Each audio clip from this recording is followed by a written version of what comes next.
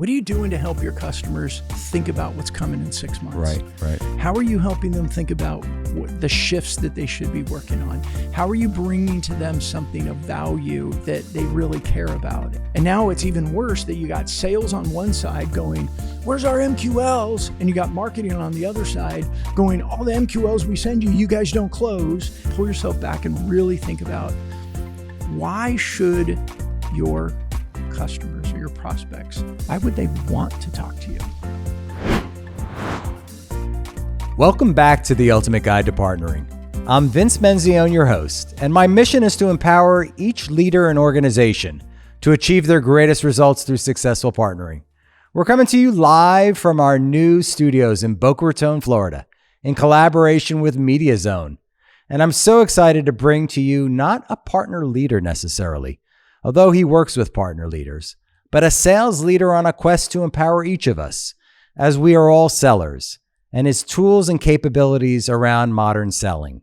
Brandon Lee is the CEO of Fist Bump and the co-host of Mastering Modern Selling, along with my friend and Microsoft super seller, Carson Heady, and Tom Burton. I'm so excited for this conversation as we dive in to help leaders like you achieve your greatest results through modern selling. Brandon, welcome to the podcast. Thanks, Vince. I'm excited to be here. I mean, look at this. Who wouldn't want to be here? Welcome to South Florida. It's so good to have you in our new studios here in Boca Raton, Florida. God's country. You know, I got to tell you, it never dawned on me before. Boca Raton, I know, famous in Florida, but I realized I speak Spanish. And so I went, why would you call something the rat's mouth? Yeah. So I looked it up. That was very interesting. Yeah, it would literally, I guess a lot of ships, right? Like the pirate ships and the coral ship, the coral would eat them up. Rat's mouth. Rat's mouth. And then it's also known for something else, right? So I'll share with you. Do you know what happened on August 12th, 1981? Partnerships were born. Yeah. Yeah. IBM and Microsoft. Very good. Very good. You've been following along. I love it. Yeah. I listened to your podcast. So for people who haven't heard this before, right? So Bill Gates comes to Boca Raton, Florida. This is the home of the PC, or at least it was back then, right? They've sold the campus. It's now part of FAU, and literally signs an agreement with IBM to license, not sell software, which was a first at the time. It's a big deal. It was a big deal, and sparked the ecosystem, changed the model. ISVs, right? Licensed software became a thing. PCs were born. Michael Dell starts making PCs in his dorm room. Compaq is the fastest company to $1 billion. A whole ecosystem of partnerships grows from there. So lots of companies came out of that decision that Bill Gates had. Yeah, an incredible $5 trillion industry. So, well, this is a unique discussion today, and I'm really excited to have you, right? We know each other through Carson Heady. Yep. And Carson's been a guest on the podcast. He has been part of both my digital event and my live event. He is what I refer to as the top social seller at Microsoft. Like, he sets the bar high for sellers to understand. And you two are been collaborating for a while now on an incredible podcast that you do, a LinkedIn live show and podcast, Mastering Modern Selling. Mm-hmm. And you also have a third partner there, Tom Burton. Yes. So I was hoping maybe we'd spend a few moments here about maybe a little bit about your background and the genesis and how we got here. Yeah, man, we were talking about it earlier. I mean, my background, it took me a while to realize what my background really was. And I have been in demand creation my entire career. We just didn't call it that before because, we just had this big grand word, marketing. And so, I've been doing that. In the 98, I started my first company. We sold that in 2000. I had no idea what I was doing, but built a company at $2 million in revenue. Nice. Someone wanted to buy it. We're like, okay. And built and sold a few other companies, and then played fractional CRO for a while. And in 18, 19, I started looking at LinkedIn, what's going on. Yep. I was looking at buyer journeys changing. I was looking at cold outreach declining a little bit, and like there's something going on here. And that's when I started looking at like what's new, what's modern, what's going on in the buyer journey. For me, In 2012 was the first time I looked and said the data was that buyers are doing about 30% of their research before talking to sales. Yeah. And today it's almost 80% with I think I heard on your show too, 75% of millennials want digital only. Digital only. They don't even want to talk to a human. So our B2B companies, we got to figure some stuff out quick. And there's a lot of pain with pipeline. I spoke to a enterprise sales leader who said our MQLs are 0. Our SDRs had a 97% close loss rate. Yeah. So nobody wants to talk to SDRs either. And their account executives or full cycle account executives still had about a 36% close rate. The problem is they had no pipeline because the only way they knew how to create pipeline was the same motions the SDRs were doing. Right. Make calls and send emails.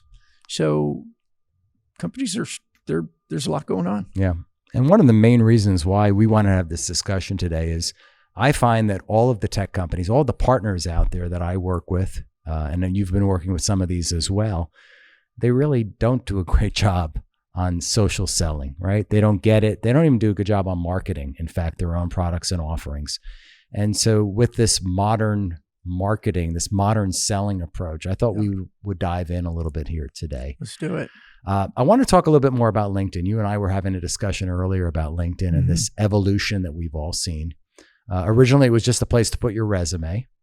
And I started to notice, we were talking about this earlier, I started to notice the change that was happening. I'd say it was around 18 that sellers were reaching out to me.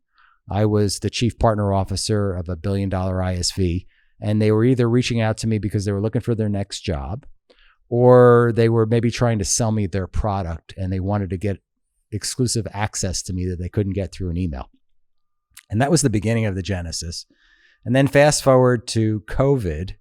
And when I came back, brought the podcast back during COVID, I noticed a shift was happening and people were paying more attention because we were all locked down and it became a town hall at that point, right?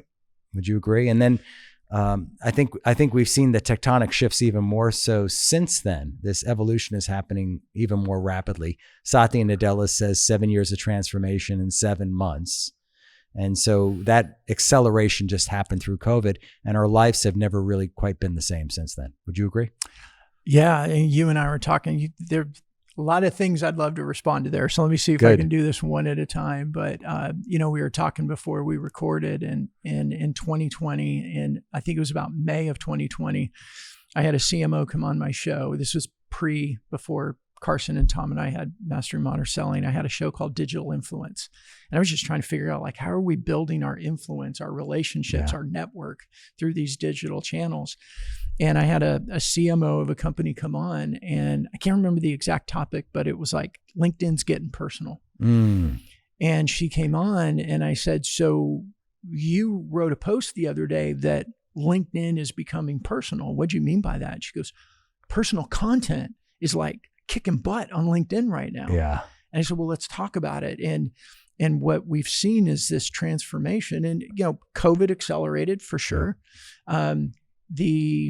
Our culture, our environment now, the work from home, and people don't want to go back to the office, and budgets got tight. We've had a little bit of headwinds on the financial markets, so budgets are down. People aren't on as many planes. They're not going as many hotels. They're not taking clients out to dinner as much. All that stuff's being pulled back. So what do we do? Right. And we just said the SDR model is not working. Nobody wants to talk to an SDR. Nope. And I like to ask this question, especially with C-suite out there, because C-suite, you said 2 words that I don't like to use very often: social selling. Well, 2 phrases: social selling or LinkedIn. I don't like saying them because as soon as people hear social selling, they get these preconceived notions of what it is. And they go, oh, you ever seen my social selling suck shirt? No. Yeah. But tell me what people think it is from your perspective. I don't know. They think it is what they think it is. Interesting. So they have preconceived notions about what that is. And because it could be, I'm not looking for a job. I mean, I have a friend, Mick, he's a sales trainer, LinkedIn guy. I hate saying the word, but LinkedIn guy out of Belgium. And he was a guest on our show a few weeks ago or a month or so ago. And he said he went in this room, he was asked to speak at a CEO roundtable for the day, and he got 30 minutes and he starts talking, and Guy raises his hand. He says, none of us are looking for jobs. Why are you talking to us about LinkedIn? Wow. Right. So if you say LinkedIn and that's their mindset, Yeah. why in the world would they want to talk to me? That's right. Right? We talk about creating qualified pipeline and growing your revenues, but there's total disconnect. So social selling, LinkedIn, but look, LinkedIn is evolving. LinkedIn became it's a professional network. Yes. The problem is we held on to professional and we forgot about networking. Yeah. And, we had Facebook at the time when LinkedIn, Facebook all started to come on. It was like Facebook was for personal and LinkedIn was for professional. But the problem with that mindset was, and it blows me away, is that when was business ever purely professional? Never. I mean, we take people out to dinner. We take them out to lunch. That's right. We get tickets to the ball game. We go golfing, right? Corporations have these massive budgets for entertainment, right? You sponsor professional golf. Why? To bring your clients to these amazing events. Build relationships. Yeah. And for some reason, we looked at LinkedIn and we're like, I'm going to hide behind my resume. Or I'm going to put my sell sheet out there, or a link to my website. I'm going to publish my brochures. Because when you meet somebody, you're at a conference, trade show, an event, and you look over and somebody's got their lanyard, they got their name. I look at, Vince Menzione. I want to meet him. What I do, he's standing in line at Starbucks. I'm going to go get behind him in Starbucks line. I'm going to get up to him and I'm going to pull out my brochure and I'm going to stick it in your face and go, Vince, do you have time for a demo? Never. But yet in this digital world of LinkedIn, that's totally okay. That's acceptable. And it's stupid. It's ridiculous because there's actually real human beings on the other side. That's right. And get this, they act like human beings. Yep. Which means when you throw your brochure in their face, unless they're currently in market, which in any industry, the average is 1% to 3%, they might be in market. You might get lucky because you're at the right place at the right time. And there's a little bit of fruit, and that's what keeps a lot of sales leaders going. Yep. But it worked. They hold on to a story. 3 years ago, it worked, and we closed that. Yeah, but how many failures did you have in the meantime? And even worse, how bad have you screwed up your brand's reputation because you're just pissing people off? That's right. With spamming them in LinkedIn. So I want to go back to COVID for a moment. Okay, sorry. No, because it's a great conversation and discourse. I want to continue here, but I believe I started back up the podcast during that time, and I was interviewing a lot of executives from the tech industry, and this change that was happening was how organizations were dealing with their people. They were dealing with their customers. They were dealing with their partners differently because of COVID. Right. And because we were using tools like Zoom and Teams and other technologies, we were showing up in our pajamas. We were showing up with our kids in the back of the room screaming, "Mommy, mommy, daddy, daddy," with our dogs and cats maybe jumping on our desk, right? We've seen all of that. And so we shifted, and our mindsets all shifted around. It was now okay to bring your authentic self to work. Right? Things you would leave behind about yourself. Yeah. Right? How many people did you ever have work for you that you didn't even know they had kids or didn't know much about their family situation? We all were now in each other's living rooms through COVID. And I think when you talk about like the personal aspect of LinkedIn, I think that's when the acceptability happened. Yeah. That you could bring your authentic self now to the platform, to the discussion, to the discourse, right? What would you say about that? Yeah, I mean, I think you're spot on. I think that, you make me think of the times, remember when the rare opportunities that you had to work from home or you had to take a call from vacation or something and you pretended like you were in the office, right? All of that went away.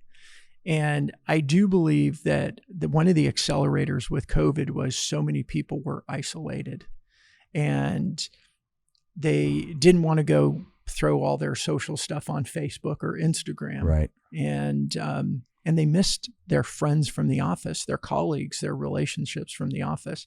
I think that was a bit of an accelerator to it. But I think the other thing was, you mentioned in 2020 in COVID, Companies were just trying to help their employees have a work from home environment. I mean, this is the first thing. How do we help them work from home?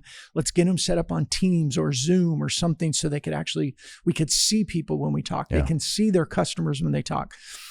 Does everybody have good internet access at home?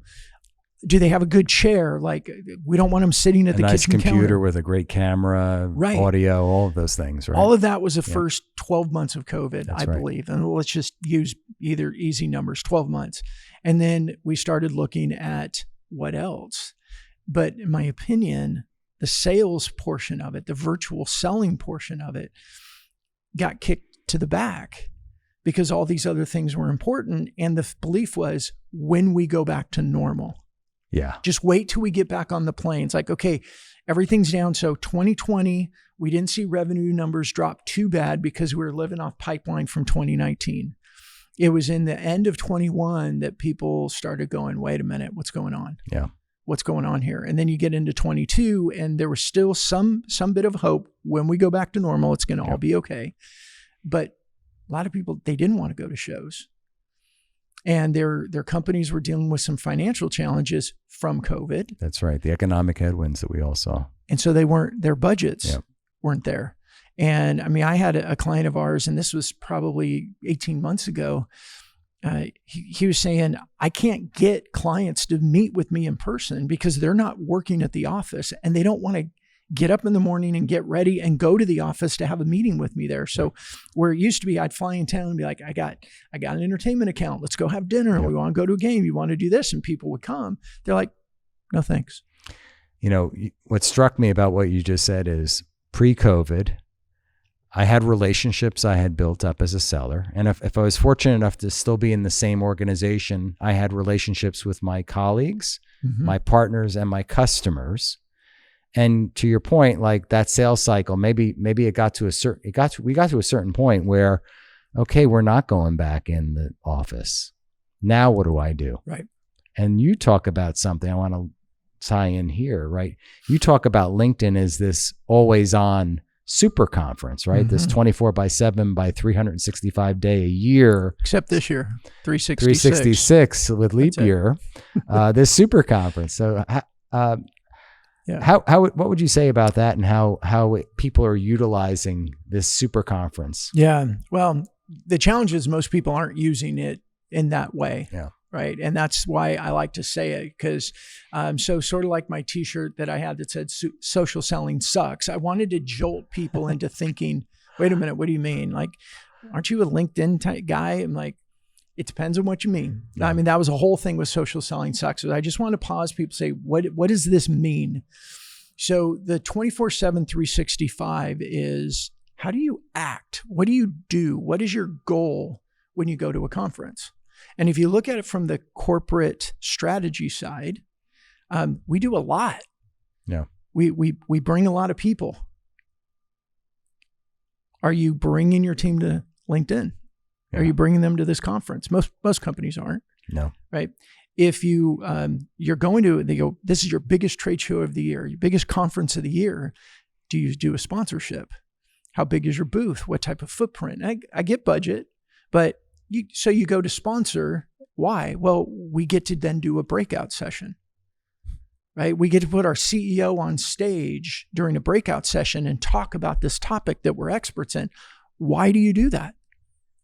You want people to come and listen. That's you right. want to share your expertise. You want to build authority. Build influence. Yep. And then people your team members that are at the event, what they do? Well, they walk around to go meet the people who they want to meet.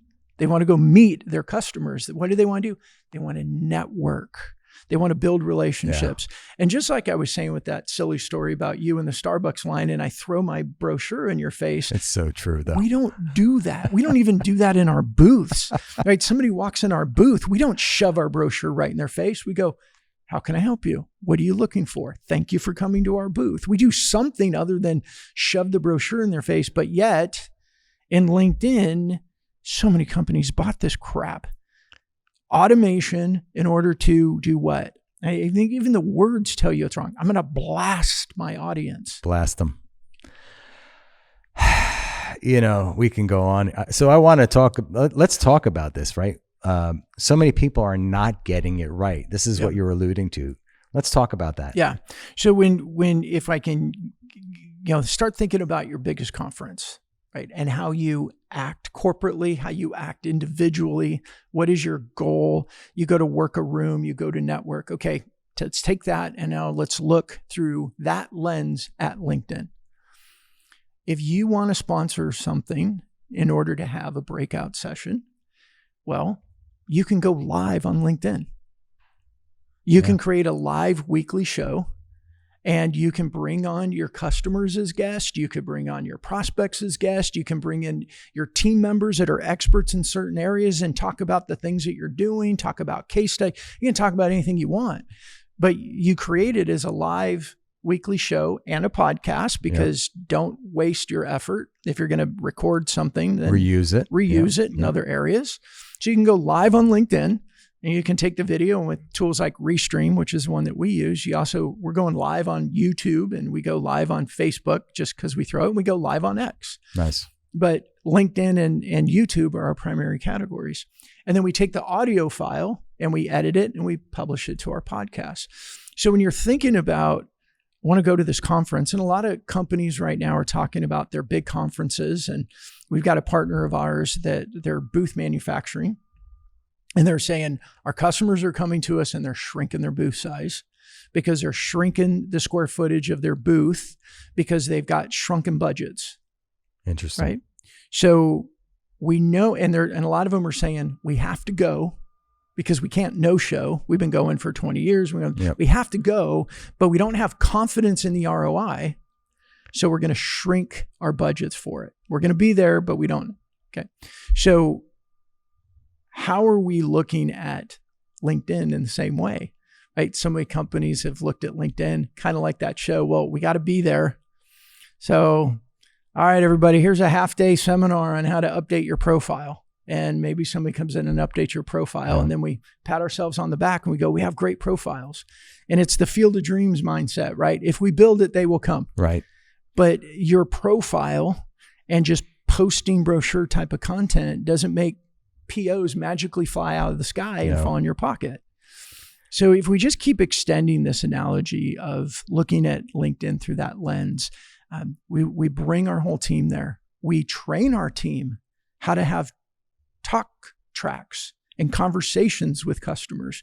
We have strategies about conferences to say, who's going to be talking to this group of people? Who's talking to this group of people? Who's going to talk to the partners? Like, we have strategies for it, and we invest in it. And it's, for a lot of companies, it's their biggest pipeline builder of the year. If you're part of the movement, you know I have a very strong point of view. I've sat on both sides of the table for over 30 years now. I built growth through partnerships in PC, internet, cloud, mobile, AI, marketplaces, and more. I've also seen the demise of organizations that are resistant to change. I'm part of the communities, special interest groups, and associations, and I don't see one place that mirrors the ecosystem and brings it all together. You see, I see a vibrant world where hyperscalers, builders, ISV sellers, SIs, MSPs, and other partners come together to spark the ecosystem's growth.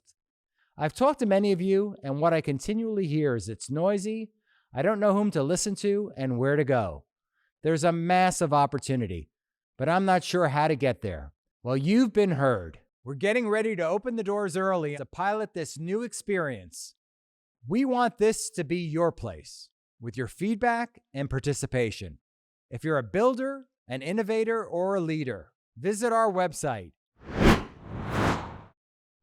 So double click with me on that, right? So I am a company, and this is why I think this is so valuable conversation, right? I am a company that has been a traditional sales and marketing organization, right? I might have a partner channel, I might have a direct sales organization, I might do co-selling in the Microsoft world. Mm-hmm. And I've been using marketing in the way that most organizations have used marketing, right?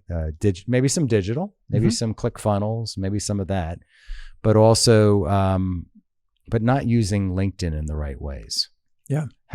you talked about helping them and coaching them through that. Can you give us like an example of how that works? Yeah. So first of all, like your principles, number one is mindset. We got to look at, there's a mindset shift here of how we look at LinkedIn, or any of those modern selling. Because if, when I say a LinkedIn Live with podcasts that goes to YouTube, that's digital, not LinkedIn. And I'm a digital first, but not digital only guy. So if we look at some of the traditional outreach, and I'm going to say traditional in quotes, because there was like traditional outreach sales call it 2010. Right. And then you got this new modern traditional outreach from 2010 to call it 2020. This is when Marketo and Eloqua and some of the technologies where marketing caught up a little bit to selling. This is when Predictable Revenues, the book was published in 2011, and everybody, lost their, everything moved. That's when we started hiring SDRs and marketing automation. And I think that's where Blast came in and all this stuff. And division of labor too, right? Yep. Like the whole division of like, I don't have consistency as a customer across who I'm talking to in your organization. Right. Right.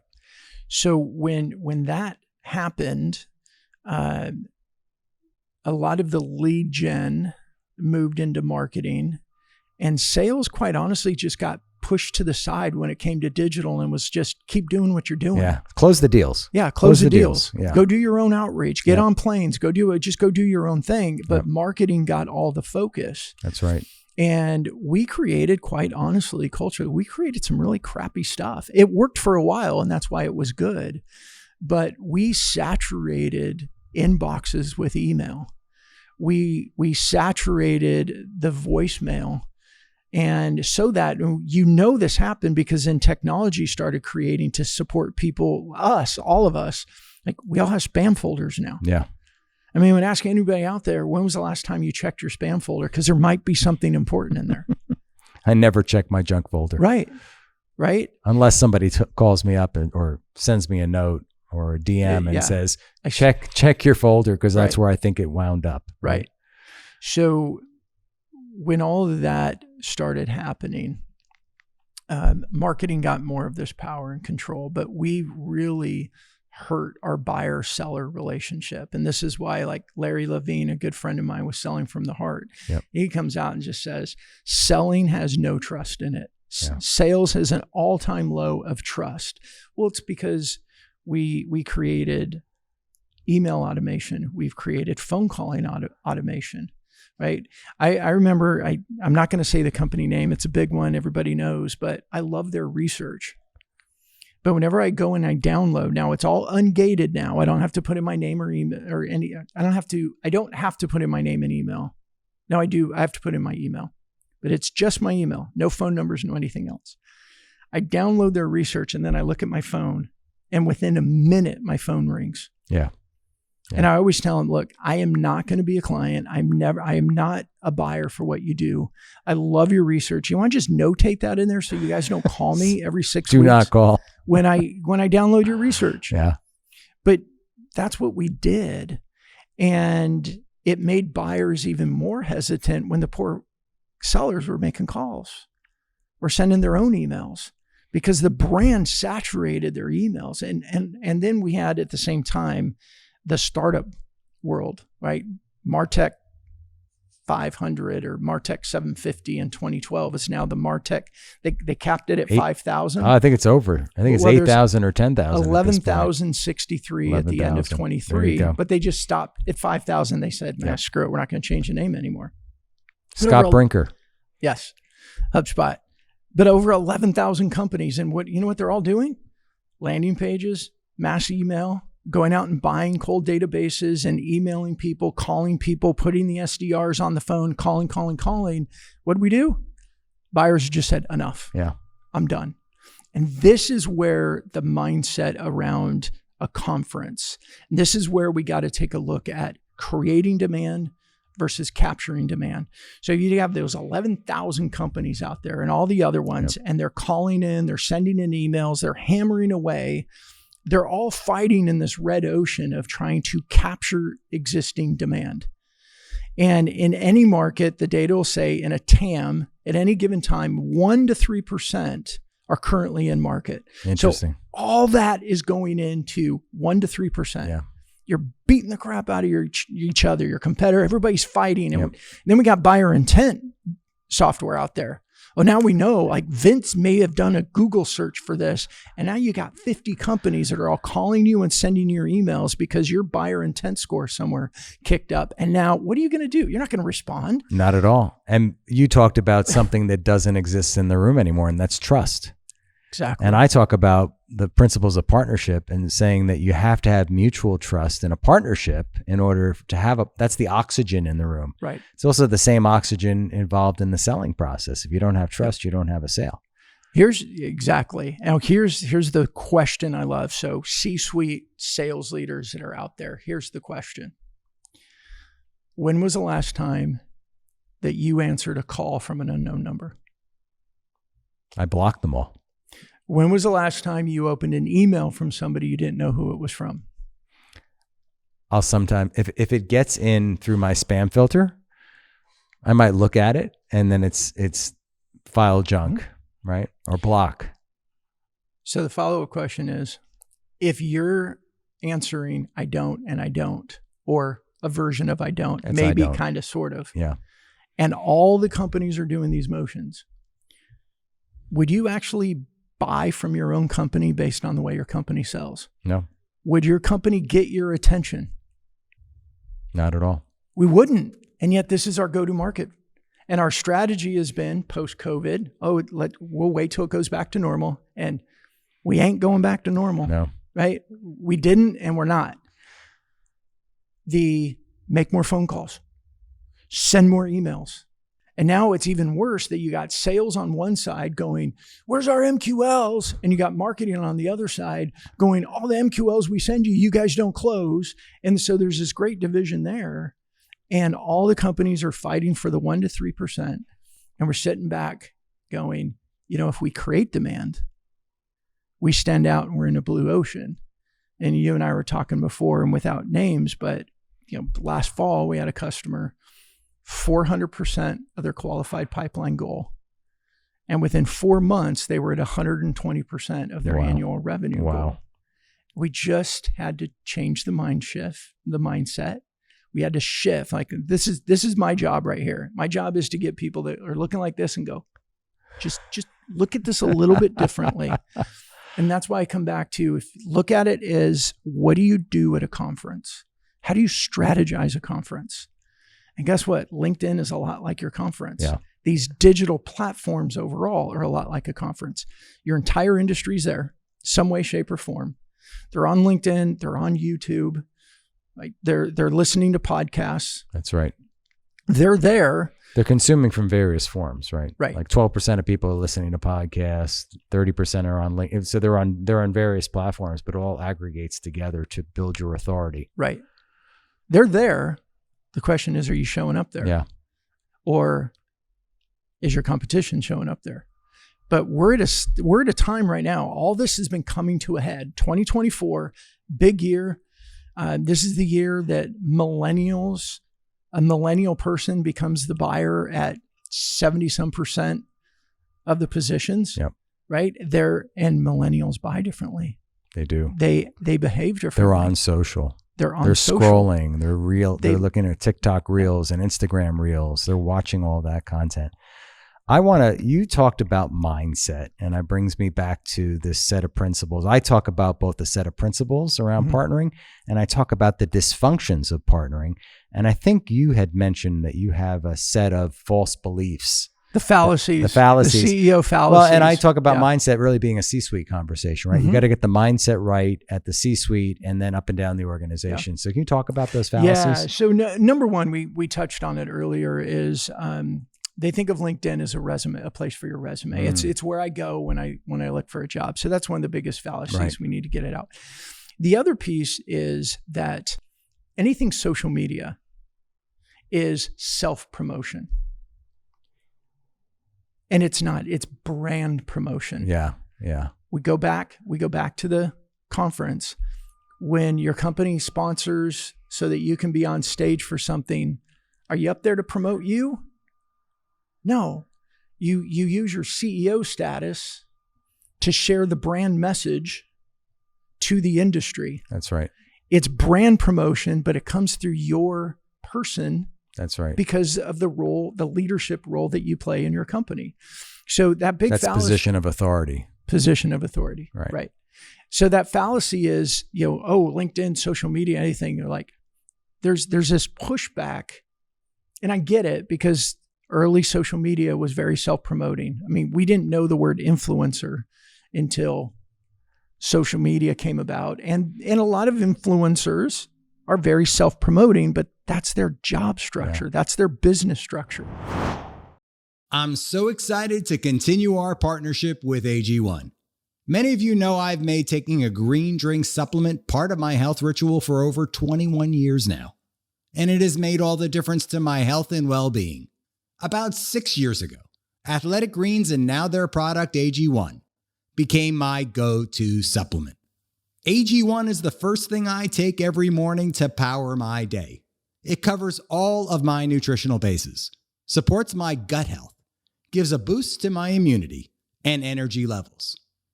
If you want to take ownership of your health, try AG1 and get a free 1-year supply of vitamin D and 5 free travel packs with your first purchase. Go to drinkag1.com/Vince M. That's drinkag1.com/Vince M. Check them out.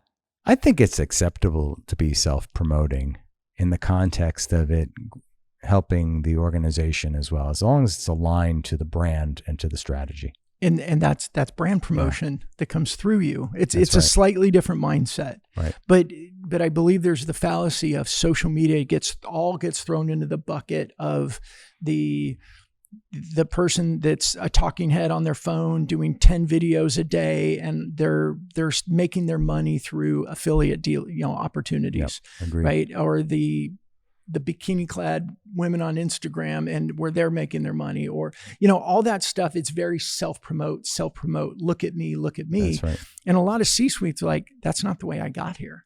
I didn't get to my position by being self-promoting. I'm a team player. I'm a team builder. I'm about my team. So that's one of the fallacies we got to address. I see it so often too. And, we talked about this earlier. Like, I do these podcasts with a lot of big corporate brands, a lot of leaders in those organizations. Some do a good job of it. Like, they do a good job of promoting that episode and promoting their brand and their personal authority and brand, as well as the company's brand. Yeah. But there are others that they don't know how to do it right. And it's really it's challenging to me, because I look to them candidly to take the podcast that we just did and help promote it, because it helps promote my brand and reach, right? And when they don't do a good job of it, and it happens less time than more often, I guess is what I would say. But why do you think that happens? And how do you coach those organizations, those C-suite leaders? What do you say to them now to help them be successful? Well, that says a lot about the organization and the way that they're structured. And it says the mindset that they have around all things digital. And we do that with our show too, is we got to have you as a guest on our show. We put together this package, and there's shorts, there's, pre-written social media content to help you, like, change anything you want, but there's all these different shorts. Here's graphics. Here's all of our tags and everything. And you have some guests that are like, hello. Did you get the email? Did you get the memo? Well, what does that say? They're not equipped. They don't have systems in place to take advantage of these. Because if they did, they would know, hey, this is great content that we could use to go tag our CEO or tag this person and do that. And hey, let's go tag the show and tag Brandon and Carson and Tom and take advantage of all their networks as well. And some of them just don't do anything. So first thing for me, what do I do is, well, first of all, it tells me where they're at. It tells me the structure of their business, that they're probably one of those that are saying, make more phone calls and send more emails, because they don't have any other actions that are actually helping them anyway. So we reached the 400,000, I call it the Microsoft ecosystem, but it's the same ecosystem that both Google and AWS care about, right? And that ecosystem of partners. They range in size from companies that are 20 or $30 billion in revenue, like the large distributors, large reseller, transactional reseller organizations, some of the largest ISVs, down to the smallest MSPs, small 1 or 2 person organizations. What would you say to them now to help them be more successful? What are the 3 to 5 things that our listeners and viewers should be thinking about and doing differently, Brandon? 3 to 5 things. So the first thing I want to set it up with, companies should be looking at, are they blocking out? Are they breaking in? Like where are these companies at? And what do you mean by that? Yeah, it's, blocking out is you're an established company. You're one of the OGs. You're there. And if you get a little bit arrogant and lazy, the young, aggressive, digital-first organizations, they'll be on your backside before you know it. Right. They might even be copying your content. Yeah. Couldn't imagine that happening. Never happens. Never happens. But yeah, it's and that's the challenge we have right now, right? I mean, gosh, don't even get me started on the whole expert space. Like anybody, because you can go out there and watch some videos, go watch YouTube, go read the OG's content and learn it, and then start parroting it. And if you know how to engage with people on social media, you know how to be consistent, being consistent is just showing up and doing it. Put in a system, go post every day and parrot someone else's content, and you will start to get a following. Yeah. Right. So you ask, what are those? Number one is looking at your own structure and say, are we trying to capture demand or are we creating demand? And that's going to be a huge shift. And for most companies that have the very strong marketing and sales silos, can almost guarantee they are trying to capture demand. And there are some more companies on the marketing side that they're trying to be more proactive around demand generation. But honestly, it's weak. Most of it's weak. And there's some people out there doing a phenomenal job, but most part, it's pretty weak. It's, case studies. Yeah, but, case studies are still very salesy. What are you doing to help your customers think about what's coming in 6 months? Right. How are you helping them think about the shifts that they should be working on? How are you bringing to them something of value that they really care about? And the biggest challenge is we use words like, be a trusted advisor and add value. And if you don't take the word serious, you start creating crap. Yep. You create a bunch of stuff and it doesn't really do the job. And you go, well, we're doing that, but you're not. Like, pull yourself back and really think about, why should your customers or your prospects, why would they want to talk to you? Do that. And it's not about you. It's not about, oh, you got a new product or you got new pricing or whatever. What would really, really make them go, Vince, I need to talk to you. I mean, we were talking about it. 3 messages today. Yep. I need to talk to you. So I would layer in to these organizations, specifically, we talk about brand and story. I would layer in those same organizations if they're selling with and through a Microsoft, an Amazon, or a Google.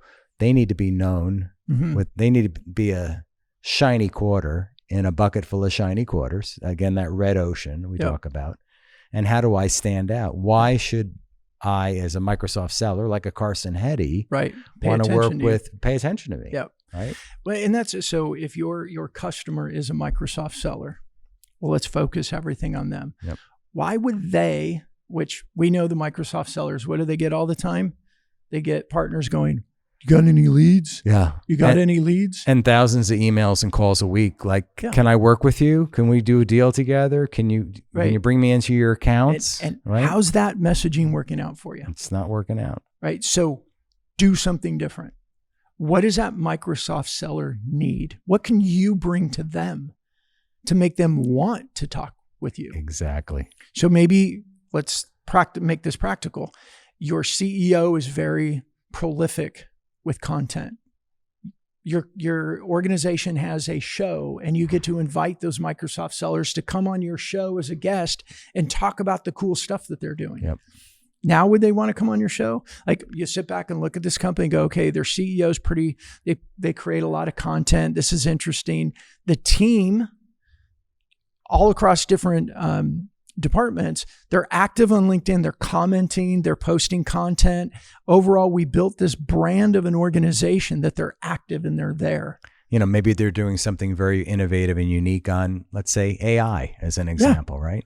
What's your innovation? What are you guys talking about? And one of the fallacies, we didn't get to all of them, but one of the fallacies with CEOs is, I don't have anything unique to bring to the market. Yeah, such a bad which is totally mindset. Wrong. Your perspective is unique to the market. That's right.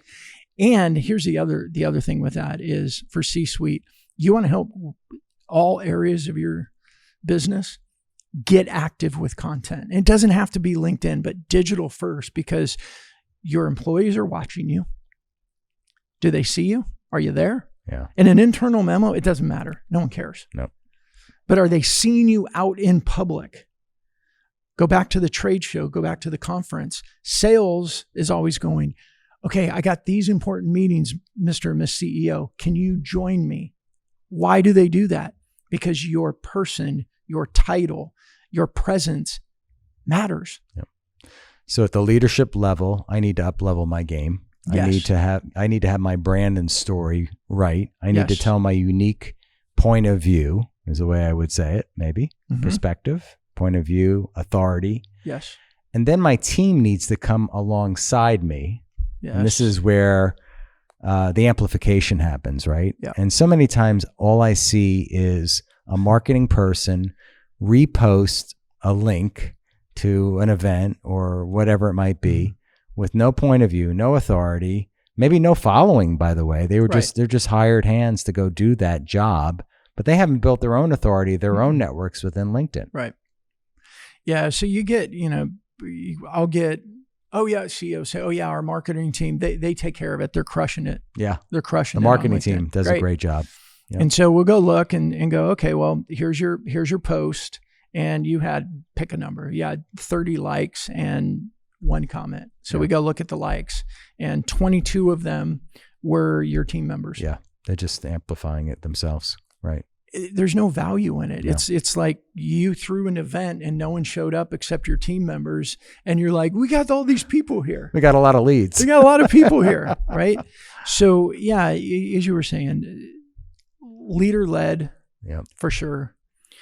And then get your story right, get your systems right.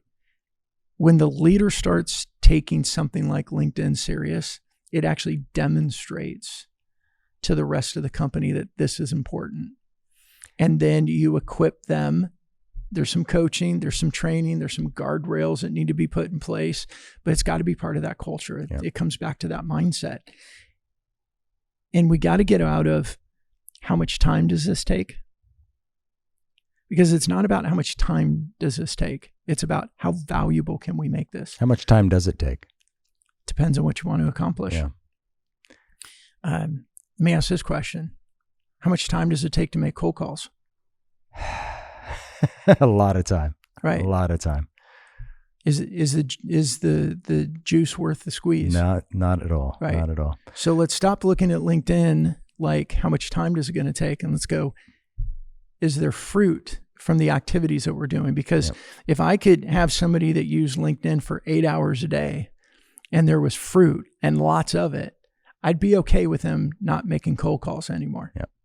So for our viewers and listeners that want to figure this out, what do they do next? I think learn, observe, and this is the best way I think to do it. Who influences you? Where are you learning? Who do you respect? Who do you respect? Yeah. And what is it that they do? Whether it's the company or the individual or the combination of them, what do they do that is getting your attention? Do you have podcasts that you follow? Okay. How influential is that podcast? Oh, I love it. Great. Does your company have a podcast? No. Okay, so podcasts, you love podcasts. Oh yeah, I listen to them when I'm on a treadmill. I go for a while. I love them. Great. Does your company have one? No. Why not? You just demonstrated that That's right. It's valuable. Right? Oh, there's people, I don't do a whole lot on LinkedIn, but there's a few people that I follow. Okay, why do you follow them? I love their research. I love what their point of view. I learn a lot from them.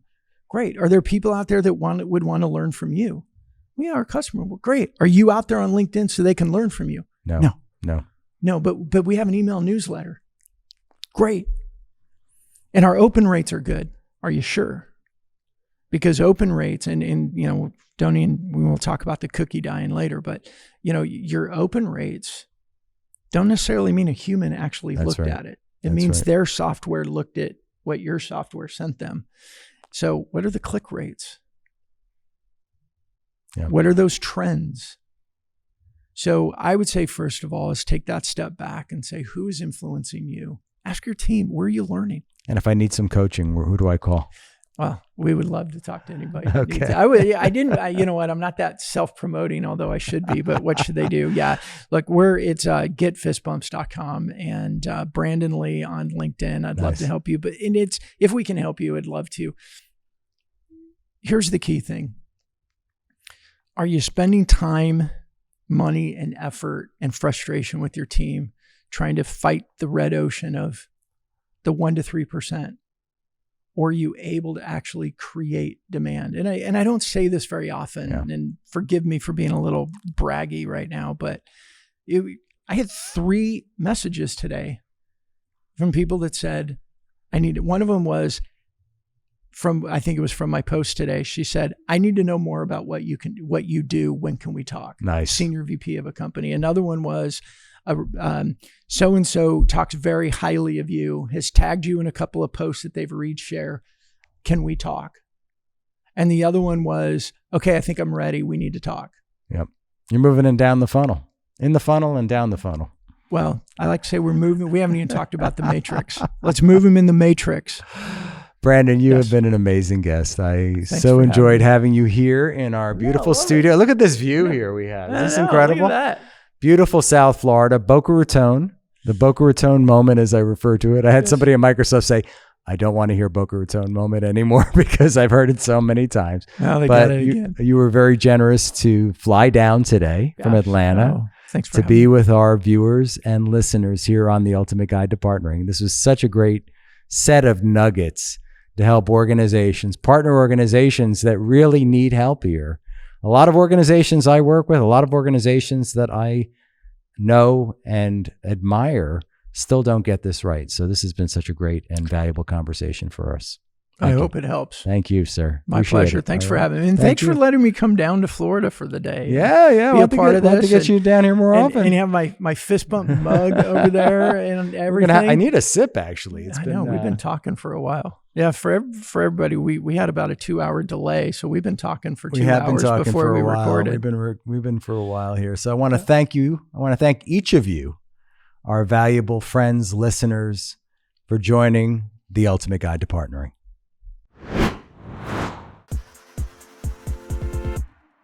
Thanks so much for listening to this episode of Ultimate Guide to Partnering. Online at ultimateguidetopartnering.com. If you like this episode, I'd be thrilled if you left us up to a 5-star review on either Apple or Spotify. This helps us to continue to feature amazing guests. Also, please check out and subscribe to our new YouTube channel, Ultimate Partner. We'll catch you next time on The Ultimate Guide to Partnering.